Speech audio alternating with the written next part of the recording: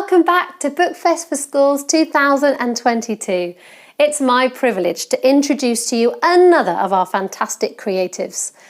Our masterclass today is brought to you by award-winning writer Vashti Hardy. Vashti says she is most happy when immersed in tales of adventure and invention. She loves world building where imagination has no limits. She has created some captivating worlds, each with their own cast of characters. There's the world described in BrightStorm and Dark Whispers. This is a world of explorers, where only half of the world has yet been discovered, and only the bravest will travel into the unknown on winged skyships. There's also the world described in WildSpark, where Vashti is asked the question, what if? What if people's spirits could be brought back to life inside robotic animals? Gripping, absorbing, and sparkling with that extra something that only the best of stories possess. Vashti's books are a treat. So I hand over to her now and let her lead you into your own creative journey.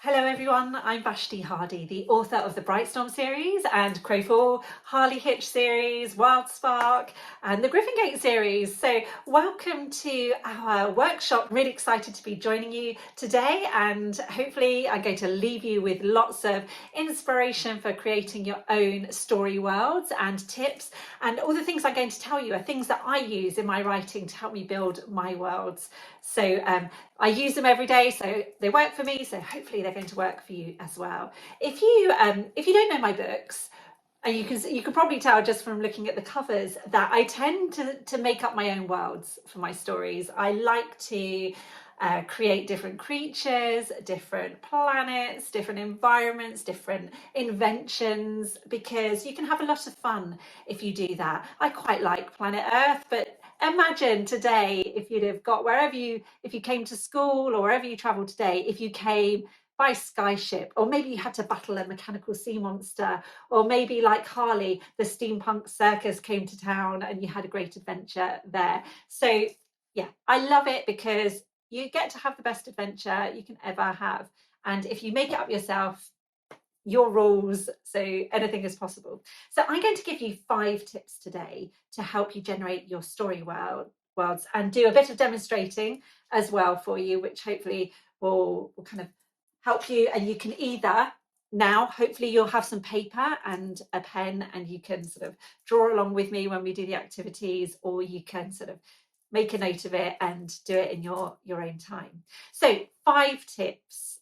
My first tip for you is that when you're coming up with your own story, fantasy, adventure world, what you want to do is think of the things that you're naturally interested in as a starting point. So for me, I love science, I love invention, I love explorers.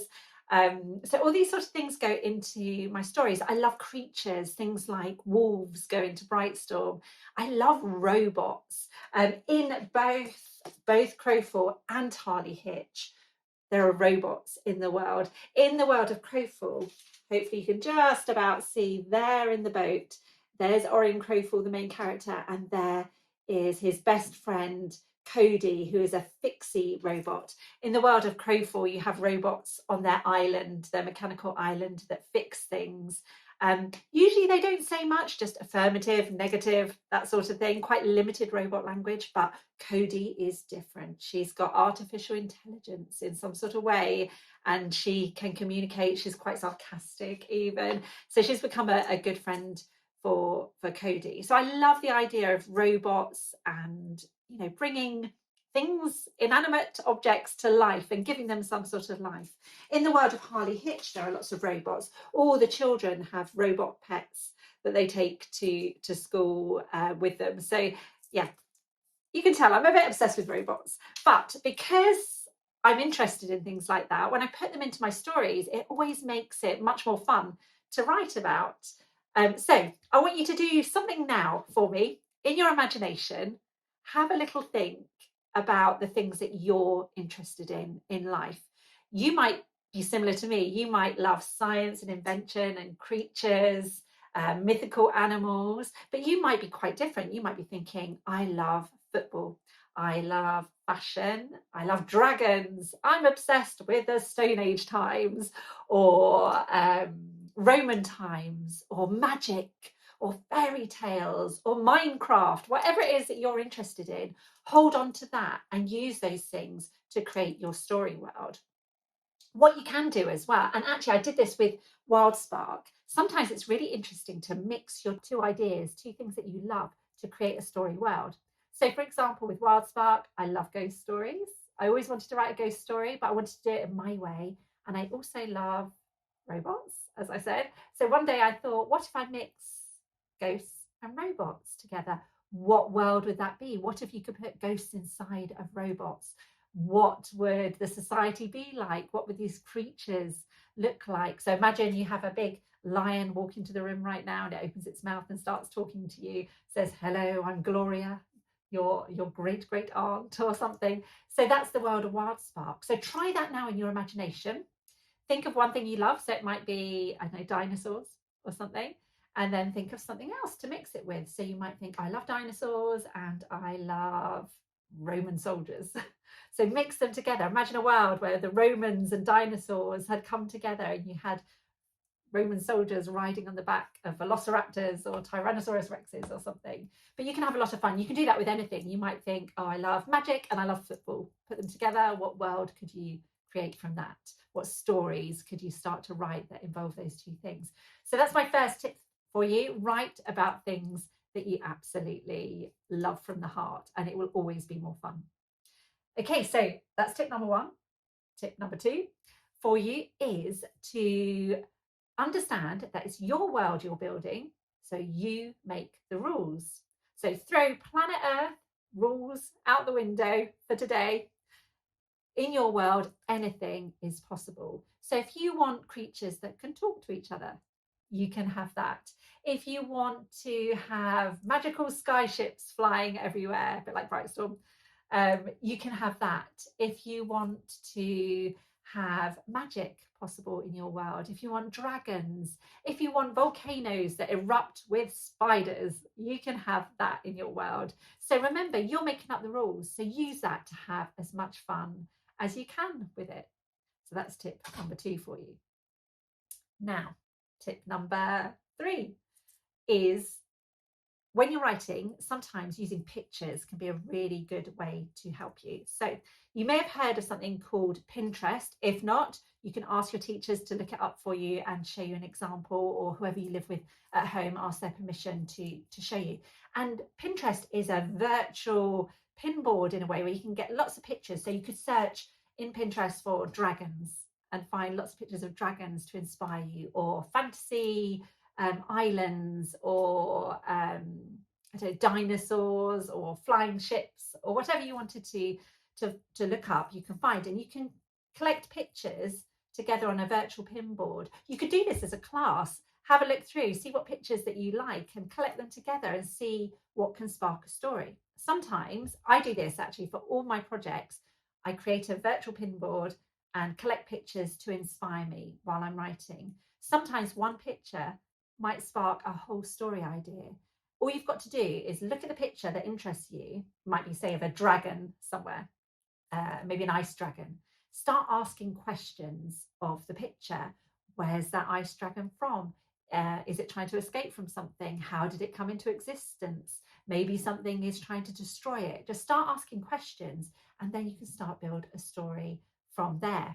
If you want to, actually, my Pinterest board for BrightStorm is open to anyone to look at. So you can just put into Pinterest Vashti Hardy and BrightStorm, and you can see lots of the pictures that I use to inspire me. And then when you're writing, you have the picture in front of you, and it always amazes me how having a picture helps me find the right words to describe a setting.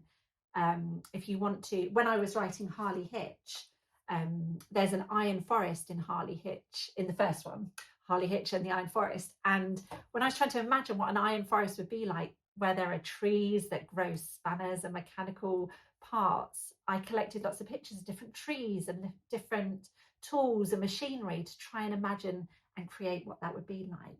So if you're like me and you're quite visual when you read and write, then have a go at collecting pictures. It doesn't have to be Pinterest. Get some magazines. You might love reading something like National Geographic for kids. Collect pictures of the creatures that you find interesting, or different science magazines, or anything that you find anywhere. Collecting in a writing journal or a scrapbook, and start to build worlds that you'd like to write stories in. So that's your tip number 3 for you. Okay, so for tip number 4 now, this is something I do for every single story that I write, and it's drawing a map. So for Crowfall, it takes place on islands. I'll show you just inside the cover. You can see there are a couple of islands there. They're very different, but it's a very island-based world. In Harley Hitch, there's a map as well. It's a bit more zoomed in the world of Harley Hitch. There you go. There's a map of Inventia with all the different places on it. So some of the maps I draw have big islands. Some are a bit more zoomed in, depending on the story world. But it's a really good place to start a story. I often draw a map before I've even written any of the words at all, because I like to think by drawing a map, it brings the world to life. I can start to understand the geography of the place. I can understand the sort of problems that might get in my characters' ways, and I can sort of inhabit the world and bring it alive in my imagination. And it's a really fun thing to do. And you don't have to be good at drawing to do this. You might be brilliant at drawing, in which case, excellent. But if not, don't worry, it's very easy to do. So I'm going to show you now. Get your paper out and ready, and a pencil. I'll do a demonstration first so you can watch me, and then you can kind of draw along as I talk. So here we go. I'm going to first thing you need to do, whatever your story world idea is, you might be thinking, okay, I'm absolutely desperate to write my dinosaur magic world or something like that. Have a think about, does your story need one big island? Or maybe there are going to be lots of different islands on your world. It's entirely up to you. I think I'm going to do a map for a dragon adventure or something. So I'm going to think maybe three islands on mine, but you might choose 2, you might choose 1, you might choose 300 if you want to. Oh, this is quite good fun to do with a partner as well. You might have a friend who you play a game with at playtime, where you create your own fantasy world that you travel to, and you might both work on your own maps, but maybe eventually there's a way that your maps will connect and reveal a secret bridge or a secret island or something. That can be fun too. So here we go. The first thing you want to do when faced with your blank page is, I do this thing where I just take my pen for a walk. So my first island I'm going to draw over here. I'm going to put my pen on the paper like so, and I'm going to take it for a wiggly walk without thinking too much. Just kind of go in and out like so you can even look away. Wiggly walk until you join up again to your original starting point. There you go, you've got one island. Have a go now. Put your pen on the paper, take it for a wiggly walk, and just see what happens. Often you'll find the shape that you draw at random might accidentally look like maybe a dragon's head, and it might become part of the story world, like Dragon Island, or might look like a witch's head, and it might become Witch Island or something like that. So that's your first island. Whilst you're doing that, I'm going to do another one over here, maybe a little bit smaller. Okay, and maybe a third down here.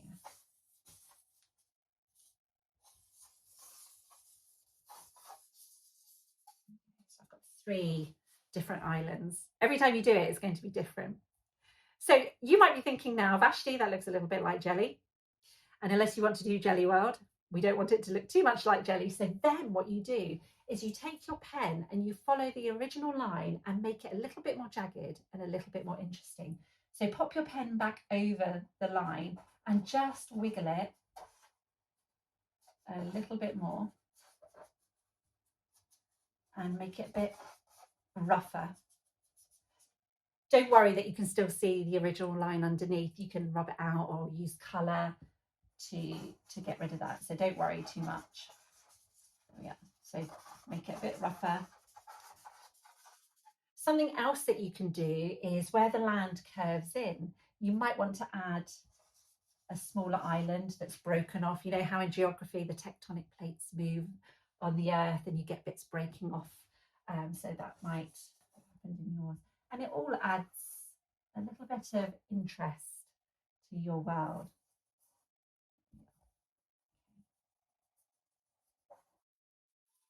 So whilst you're drawing your islands, I'm going to tell you the next bit that I'd like you to do when you're creating your fantasy world maps. So the next thing is you need to think of things that are going to get in your character's way in your world that you're creating. So in the world of Crowfall, for example, on the islands, there are different obstacles that Orin has to face. Actually, one of his obstacles isn't on the island, it's in the sea, and it is this great big mechanical sea monster that you can see there that exists. So you might put an obstacle in the sea. So think of 3 things that you can draw on your map that are going to get in your character's way. That will make for a much more exciting story. We want to challenge our characters. We want to throw really difficult, challenging things at them so that they can learn and grow and overcome them. So our job as authors today is to be a little bit mean to our characters and think, what can we put on our maps that's going to be very mean? So maybe you might have a big sea serpent coming out the sea. I'm sure yours is much better than mine. Mine looks like Loch Ness Monster a little bit there. It's going to be very, maybe I'm going to give it a big horn or something in its head. That's one thing that's going to get in my character's way.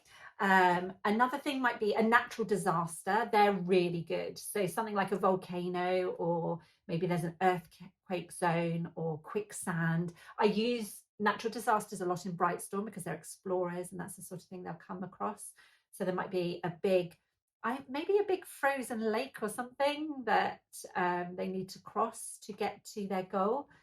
Because it's your world, you could put whatever you want in the lake. Maybe there are giant piranhas in it or something like that.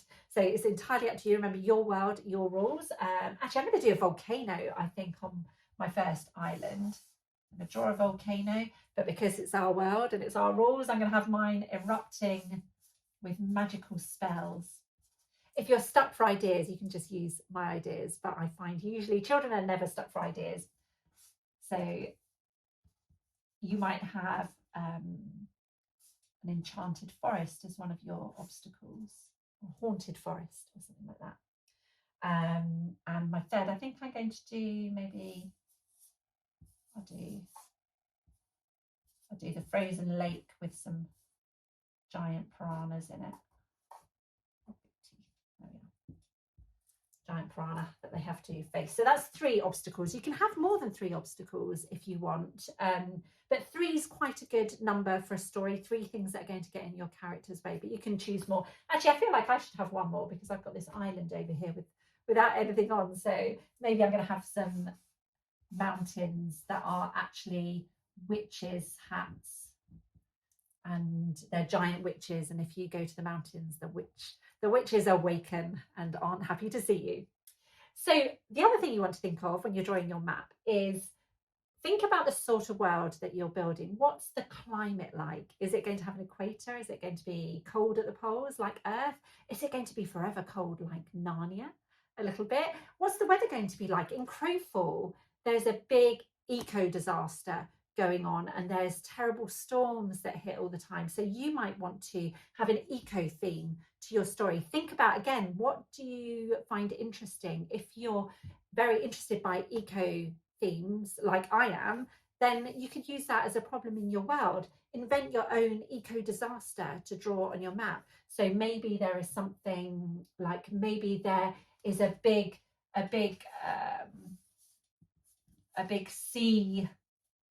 sea swamp full of junk or something that's floating around that's going to land on the island. Maybe there's some pollution that's in one of the forests that's destroying it. Actually, in Harley Hitch and the Iron Forest, there's a bit of an eco theme as well. There's a strange fungus growing in the forest that is killing it, and Harley's trying to find out what's the matter. So you could invent your own eco problem for the story. So once you've got some obstacles, think about the goal of the story. What do your characters, what are they trying to do and achieve in your story world? Now, you can have different sorts of quests. One quest might be to have a race to get somewhere first. There might be somewhere in the world no one has ever reached before, a bit like BrightStorm. No one's been to South Polaris, so the characters are trying to get there. So maybe on your world, nobody's ever been to this point on the southern tip and they're all trying to get there first. Maybe there's an object that has been lost that they're trying to find. Maybe it's the last dragon egg in your world, or like I say, it could be an eco disaster that they're trying to solve. Maybe there's one tree left in your world that they're trying to save, or something like that. So decide on your quest. It could be a rescue mission to find something, to find a magical object, entirely up to you. And then when you've decided what the goal is, think about where the start is, where your character is going to start from, and what are they trying to get to. So I'm going to imagine maybe mine are trying to get to, maybe there's the last dragon egg in the world or something, and my characters are going to start up here in their home, but they're going to have to pick up clues on the way, so they have to travel to the volcano to find the first clue, which takes them over to the witch mountains to get the second clue. Then they have to go to the lake, but they have to first get past the mechanical monster and then get to the egg, which maybe is going to solve all their problems in their world or something. So you can see how simple it is to create a story world. And then once you've created your story map, you've got all the building blocks in place to create your story world. You could go on then to decide what transport are they going to use to get around. You could draw that on your map.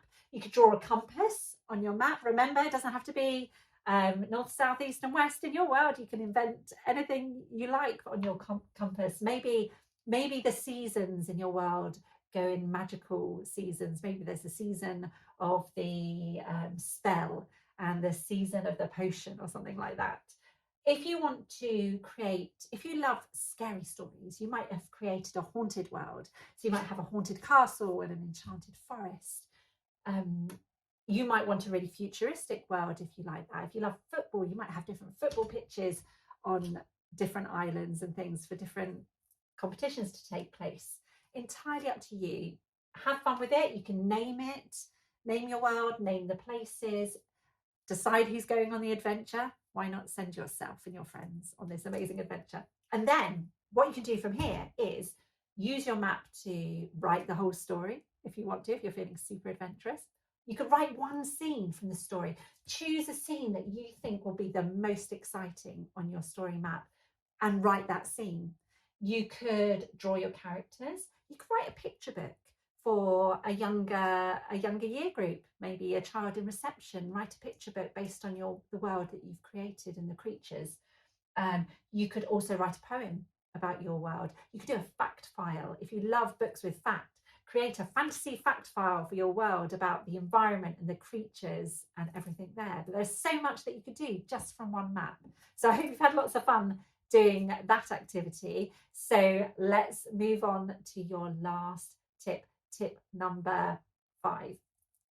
So tip number 5 for you, we're going to create a character to go on an adventure with, a bit of a sidekick. Every good character needs a little bit of a helping hand, which we like to call a sidekick. So Harley Hitch, she has her robot dog Sprocket, who is her faithful friend, and they go into their world solving mysteries together. But a lot of the children in the world of Harley Hitch have different creatures. So here's a picture from Harley Hitch in the Iron Forest of some of the robot pets. I'll read you this little bit here. It says, Sprocket was waiting at the gate with a few other robot pets who liked to meet their children. Rufus had a budgie bot called Orc, and Lettuce had a friendly rabbit robot called Coppertail, while Fenelda had a standard every help bot, which Harley didn't think had a name. So there are some examples of the robot pets. But imagine if you could have any robot pet that you would you could possibly choose in the entire world, including made-up creatures, what would you choose to have? I think I'd be quite tempted to have an elephant or something like that. Would be quite fun.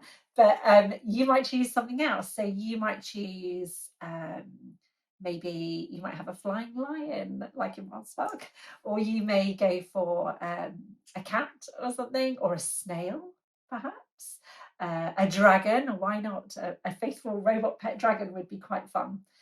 So I'm going to show you how to simply draw a robot pet to take on an adventure and to have an adventure with. So I'm going to choose an animal that I quite like. So again, if you're not sure what you like to draw, you can just draw along with me and do the same as me, or you can choose absolutely anything. If you love spiders, maybe you're going to create a robot spider. Now, when you're creating a robot pet to adventure with, think about the sort of shapes that you might use. Shapes of a robot are often more angular, so you might be using squares and triangles and that sort of thing. So I'm going to go for a fox because I love foxes. So I'm going to start by doing a triangle for the head, because a triangle shape kind of suits the fox's head. Very simple start there for you. And I'm going to give it some eyes. I think I'm going to go for square eyes, like so, maybe with some triangles for the pupils, like that. Its body, I'll go for a rectangular body, I think.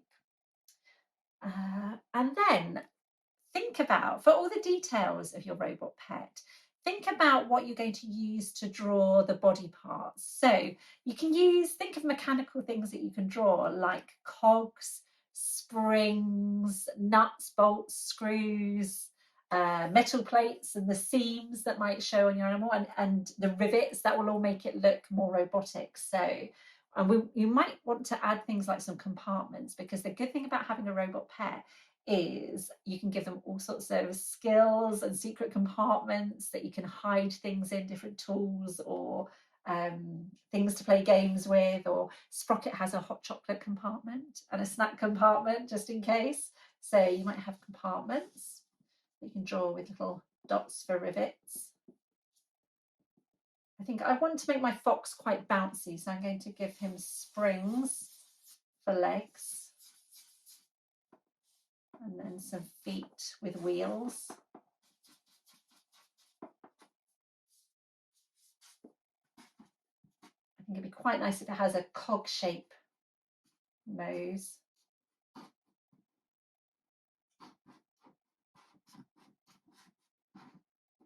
Oops. There we go. I'm sure yours would be much better than mine. There. Oh, our fox needs some ears. I think triangle ears. Maybe a spring tail. There we are. We have a very basic robot pet there, but keep adding to yours, keep adding the details, and then when you've added all the details, you're going to label your animal with all the special compartments and tricks and the features that your robot companion has. So maybe their eyes, you might want to label their eyes. Do they have a special power in their eyes? Maybe like Sprocket in Harley Hitch, Sprocket's eyes, when Sprocket is feeling happy, they might change to little hearts. If Sprocket's feeling a bit concerned and cross, they might change to lightning bolts or something like that. So you can have the eyes with a feature. Maybe their ears can hear danger coming. Maybe they've got super strength ears. Maybe there's a compartment for snacks. Perhaps they've got a turbo boost feet. Turbo boost feet, etc. But keep labeling your animal, your robot pet, your dream animal robot pet. And then when you've finished creating your animal pet, you can write a story with them included in it. Write an adventure story. You and your faithful robot pet, you should give them a name, I think. I don't know, what should I call my fox? Maybe, I don't know, looks like a Fred, I think. Fred the fox. Give them a name. There's Fred. Fred the fox and his adventures with Vashti Hardy, the author, somewhere. You can create a world to adventure in together. Maybe your adventure in the real world, which can be quite fun as well. Writing about the real world, but introducing something different into it. You could write a poem. You could write a fact file about your robot pet and all the different features. You could create a catalogue of different robot pets, collate all your friends and put them together in one book if you want to. And also just write a story that includes it, or create the world. If you do this, you can go back and then draw a map of the world that you want to create for your creature to have a wonderful adventure in. So there you go. There's your 5 tips for you. I'll go back over them just in case you've forgotten. So your tip number 1 was to use your interests to inspire your story ideas. That's always going to be a much more fun way of writing and coming up with ideas, because you'll have ownership of it. So that's tip number 1. And remember, you can mix those ideas as well. 2 was, it's your world, it's your rules. So remember, you can make anything possible. So absolutely go wild with that and make whatever you want possible in your world. 3 was to collect images. So create a Pinterest board, use an image to spark a whole story idea. Then 4 was our map building, create a map to help you come up with a story idea with all those different tips that I gave you for drawing those. And also, lastly, create a character to take on an adventure with. Create your own robot sidekick and go and have lots of fun with them. And Harley will be sure to join you as well. So thank you so much for joining me today. Do share whatever you come up with on social media and tag me into it. I love to see what you do, and share it with the lovely book festival as well. They'll be really excited to see what you come up with. So thank you so much. Happy adventuring, and go write those amazing stories. I can't wait to see your books maybe one day on the shelves as well. Take care now. Bye bye.